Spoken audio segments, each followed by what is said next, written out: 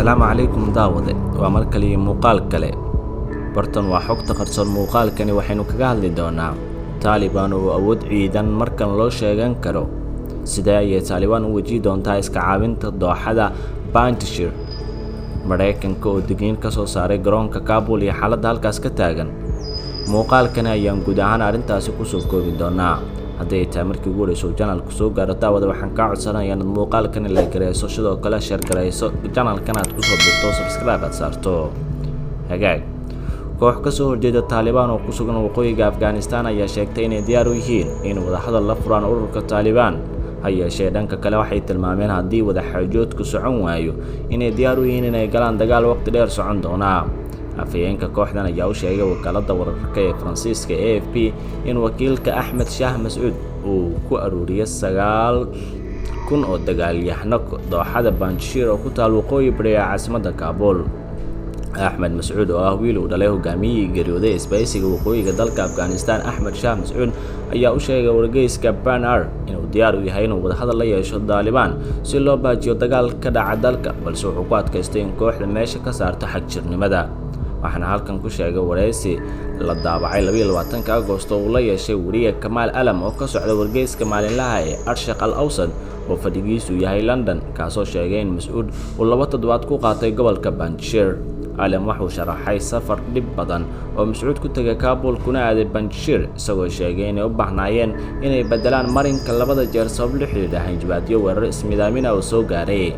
kaliya ma aha mid ka dhan ah nidaam kasta oo ay soo roogi rabto Taliban laakiin sidoo kale waa mid ka dhan ah guud ahaan argixisada caalamka yiri Ahmed Mas'ud waxaan diyaar u nahay inaan la hadalno Taliban dib ahaanna waxaan xiriir la leenahay dhaqdhaqaaqa yiri wareysi uu siiyay wargeyska Sharqi al-Awsat wakiiladeena dhowr jeer ay kulmeen waayo annagu waxaynu nahay muslimiin yiri balse iyadoo ay taasi jirto laguma qasbi doono inaan wax sameeyno ayuu raaciyay isagoo soo xiganaya abiis inuu u sheegay Taliban 1996 5 sano ka hor inta aysan dilin al-Qaacida sanadkii 2001 maxaa doonaysaa ku dhaqanka diinta Islaamka annagu waxaynu nahay muslimiin annaguna waxaan rabnaa nabad marka aan wada shaqeyno ayuu abiis xilligaas yiri Mas'ud waxa uu sheegay inuu diyaar u yahay inuu cafiyo dilka abiis si loo helo nabad amni iyo xasiloonida Afghanistan balse waxa uu sheegay in reer Afghanistan aysan diyaar u ahayn inay isu dhiibaan nooc kasta oo argagixis ah waxaan diyaar u nahay in la dhiso dawlad dhameystiran oo aan la yeelano Taliban iyadoo loo marayo wada xaajood siyaasadeed ayuu yiri ma doonayno in dagaalyahano caalami ah halkan yimaadaan oo ay ka yimaadaan Suuriya Liibiya ama xitaa bartamaha Aasiya ayuu yiri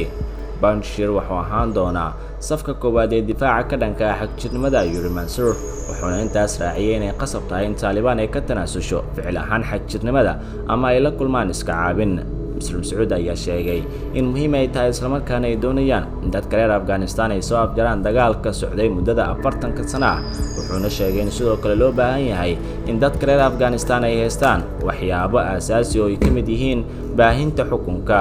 waxaan rajeynaynaa inaan isku duceysanaynaa oo inaan si dhab ah u doonayno tan nima doonayno inaan dagaalano balse iyada ayaa taasi jiri karta waxaan diyaar u nahay inaan dagaalano haddii ay soo galaan Panjshir yiri waxa uu sheegay in si nabad ah ku soo gali karaan hub la'aan laakiin haddii hub ay la soo galaan wuxuu yiri waxaan diyaar u nahay inaan iska caawino inta qofka naga dambeeya uu nabad la siinayo ama fursad uu helayo nabadda waa la siiyaa fursad xitaa haddii nabad la jirto Taliban ayuu yiri Mansour Taliban ayaa hore u sheegtay inay wada hadal la wareegi doonto dooxadan balse waxay sidoo kale sheegtay inaysan meesha ka saari doonin suuragalnimada in sidoo kale xoog ay kula wareegaan dhulkaas dhinaca kalena Mareykanka muwaadiniintiisa waxa uu ugu digay inay ka fogaadaan garoonka diyaaradaha ee Kabul Mareykanka ayaa wuxuu muwaadiniintiisa ugu digay inay ka fogaadaan garoonka diyaaradaha Kabul xilli jawreerku wali uu ka taagan yahay banaanka hore ee garoonkaas digniin amni oo soo baxday Sabtidii ayuu Mareykanku sheegay in muwaadiniintiisa aanay iman garoonka sabab la xiriirta suuragalnimada halis amni oo ka dhacda albaabada garoonka dadka ayaa wakiilada dawladda Mareykanka waxay u sheegeen in garoonka ay tagaan oo kaliya ay tahay inay safarkaas galaan ayna fariinta lagu sheegay talada waxay imaanaysaa xilli kumanaan qof isku dayaysa inay isaga baxsadaan Afghanistan si ay isu aruuriyaan garoonka diyaaradaha kadib markii dalkaasi la wareegeen ururka Taliban. ururka hubeysan ayaa la wareegay dalka oo dhan waxaana ay qabsadeen magaalada caasimadda ee Kaabul 15 bishii Agoosto. tan iyo wixii markaas ka dambeeyay 10,000 oo dhalatay Afghanistan iyo waliba dalal ajnabi ayaa waxay aadeen garoonka diyaaradaha si dalkaas ay isaga baxsadaan.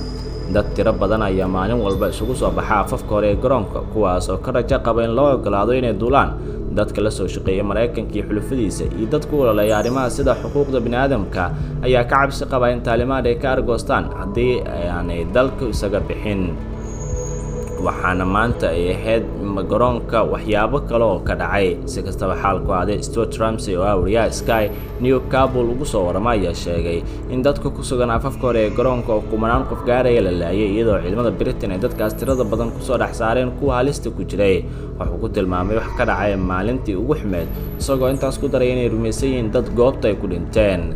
Shirjaraa'id oo Sabtidii qabteen wasaaradda gaashaandhigga Mareykanka ay ku sheegeen in 17,000 oo qof laga soo duuliyay garoonka diyaaradaha oo ay ku jiraan 2,500 oo muwaadiniin Amerikaan ah. sargaalka ayaa sheegay in tiro yar oo Amerikaan iyo Afgaaniyiin ah oo Mareykanku doonayay in dalkaas ka soo saaro ay dhibaato wajahayaan. kiisaska qaar dadkaas ayaa la gaaray mar ay u socdeen garoonka diyaaradaha. si kastaba xaalku aaday, Pentagon ayaa faahfaahintaas dheeri ah ka bixin sababta ay u soo saareen digniin la xiriirta garoonka diyaaradaha oo waxay ka gaabsadeen oo kaliya wargelin muhiim ah. dalal kale ayaa sidoo kale ka digay xaaladda ka taagan garoonka. dowladda Jarmalka ayaa soo saartay bayaan ay ku sheegtay in garoonka weli uu yahay halis weyn la galayna in ay tahay in la badbaadiyo, halka wasaaradda arrimaha dibadda ee Switzerland ku dhawaaqday in xaaladda amnaan ay sii xumaatay saacadihii la soo dhaafay waxaana ay dib u dhigtay dad ay garoonka Kaabul ka soo daadgureen lahayd. ciidamada Mareykanka ayaa haatan maamulka garoonka caalamiga haya waxaana ay gacan ka geysanayaan sidii ay Kaabul ugu soo saari lahaayeen muwaadiniintooda iyo kuwa dalalka kaleba oo ay ku jiraan Afghaanistaaniyiin kuwaas oo la shaqeeya ciidamada reer galbeedka una cabsi ka qabo noloshooda haddii ay Taliban ku noolaadaan. ha yeeshee Mareykanka ayaa 31 bishii Agoosto ka digay maalinta ugu dambeysay ciidamadooda la baxayaan mana cadda wixii dhici doona wixii taariikhdaas ka dambeeya. jimcihii madaxweynaha waddanka Mareykanka Joe Biden wuxuu wacd ku maray in qof kasta oo Amerikaan oo doonaya in dalkaas ku soo laabto aanay gurigiisa geyn doono. ha yeeshee wuxuu qareen daadgureynta ee halisteeda wadato wuxuuna tilmaamay inay tahay mid ka mid ah daadgureynta ugu weyn ee dhibka ugu badan dhanka cirka ee ebad la arko. dhanka kale, Taliban ayaa waxay isku dayayaan in xukunkooda dhidibada uga aasaan waddanka Afghanistan. guud ahaan daawadayaal maantana muuqaalkeeni waa naga intaas nabadgelyo.